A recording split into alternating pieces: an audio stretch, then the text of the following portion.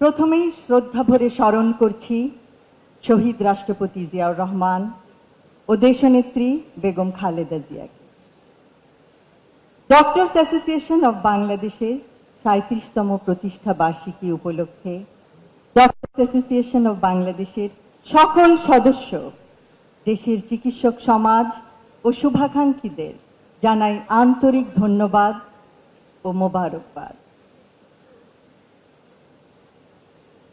আমি বিশ্বাস করি ডক্টরস অ্যাসোসিয়েশন অব বাংলাদেশ ড্যাব বাংলাদেশের চিকিৎসক সমাজের মানবিকতার ও পেশাগত উৎকর্ষতার একটি উজ্জ্বল দৃষ্টান্ত।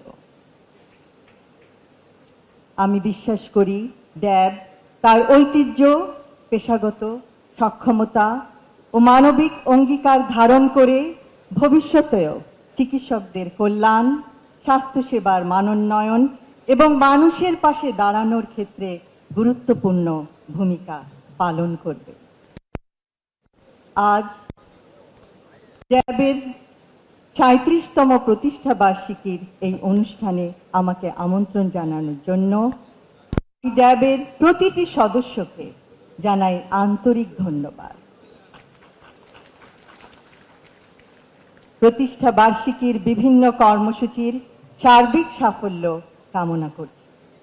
সকলকে ধন্যবাদ। আল্লাহ হাফেজ।